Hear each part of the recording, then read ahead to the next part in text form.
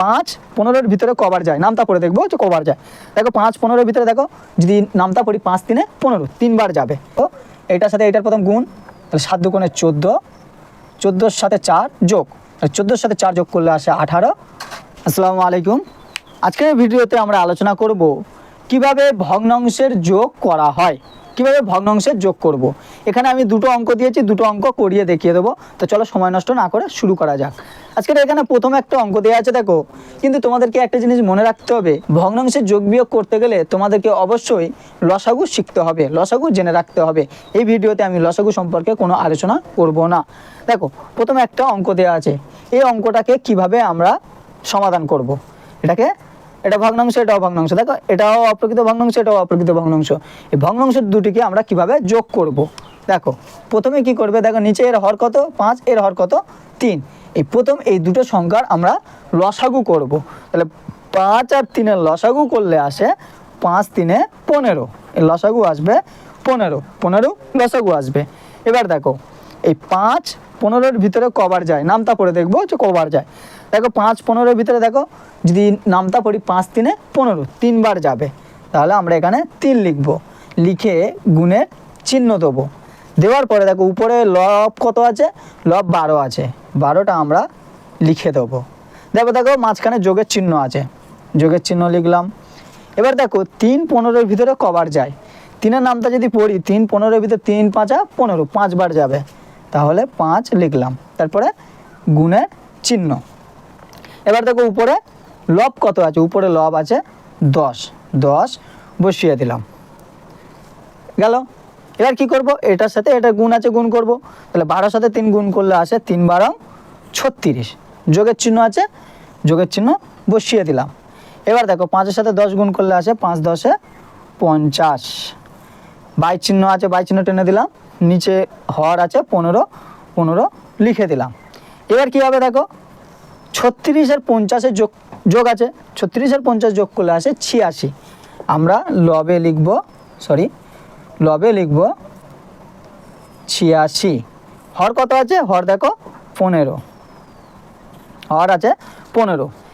এবার এটাকে তুমি কাটাকাটি করতে পারো, যদি কাটাকাটি যায় কাটাকাটি করবে, যদি না যায় তাহলে এইরকম রেখে দেবে, তাতেও হবে। এটা হবে তোমার অ্যান্সার।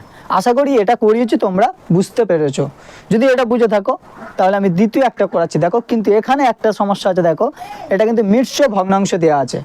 এই মিশ্র ভগ্নাংশকে আগে আমাদের কি করতে হবে, অপ্রকৃত ভগ্নাংশে পরিণত করে নিতে হবে। এর আগের ক্লাসে আমি দেখিয়ে দিয়েছি কিভাবে অপ্রকৃত ভগ্নাংশে পরিণত করবে। তাহলে আগে এটাকে অপ্রকৃত ভগ্নাংশে পরিণত করে নেওয়া যাক।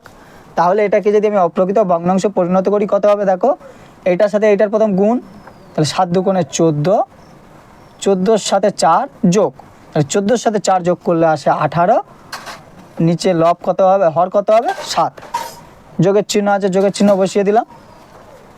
এবার এটা দেখো, তাহলে 4-এর সাথে 4-এর গুণ করব, তাহলে 4-4 16, 4-4 16। এবার 16-র সঙ্গে আমরা লব যোগ করব, তাহলে 16-র সাথে লব যোগ করলে কত হয়, 16-3 19, তাহলে উপরে লিখবো 19, নিচে লিখবো কত 4। ঠিক আছে, বোঝা গেছে। দেখো এবার আমরা পেয়ে গেছি অপ্রকৃত ভগ্নাংশ। এবার এই অপ্রকৃত ভগ্নাংশকে আমাদের যোগ করতে হবে। তাহলে প্রথমে কি বলেছি, এইটার সঙ্গে এইটার আমাদের দুটোর হরকে আমরা প্রথমে লসাগু করব। এই দুটোর হরকে যদি লসাগু করি আসবে কত জানো, 3 সাথে 4 সাথে 28 লসাগু আসবে। আমরা 28 লসাগু নিচে লিখে নিলাম। এবার দেখব 7-28-এর ভিতরে কবার যায়, 4 সাথে 28, তাহলে 4বার যাচ্ছে, 4 গুণ উপরে লব কত আছে 18 লিখে দিলাম, যোগের চিহ্ন আছে, যোগের চিহ্ন।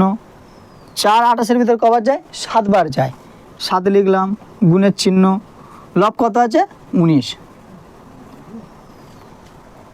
লিখলাম। এবার কি করব, তো এই লাইন থেকে এই লাইনে প্রথমে আমরা করব কি, এইটার সাথে এটার গুণ, তাহলে 18-এর সাথে 4 গুণ করলে আসে 4-18 72, ঠিক আছে, যোগের চিহ্ন আছে, যোগের চিহ্ন। 19-এর নামটা যদি 7বার পড়ি কত আসবে, 19-এর নামটা 7বার পড়লে আসবে 7-19 133। এবার নিচে যেটা আমাদের হর আছে, হর বসিয়ে দিলাম। এবার দেখো তাহলে এটার সাথে এটা যোগ করব, 133 আর এটা যোগ করলে 135, আর 70, 205, এটার সঙ্গে এটা যোগ করলে আসবে 205, তাই তো? 130 আর 70 200, আর 3 2 5, 205, এটা আসবে 205, আর নিচে আসবে 28, এটাই হবে তোমার অ্যান্সার। অথবা তুমি এটাকে যদি কাটাকাটি করতে পারো, ভাগ করতে পারো, কাটাকাটি করলে কাটাকাটি করতে পারো, তাহলে এটাই হবে তোমার উত্তর। আশা করি দুটো অঙ্ক করিয়েছি, তোমরা ভগ্নাংশের যোগ সহজে বুঝতে পেরেছো। যদি না বুঝতে পারো তাহলে তোমরা কমেন্টে জানাতে পারো। আজকের ভিডিওটা এই পর্যন্ত, পরবর্তী ভিডিওতে দেখা হবে ইনশাল্লাহ।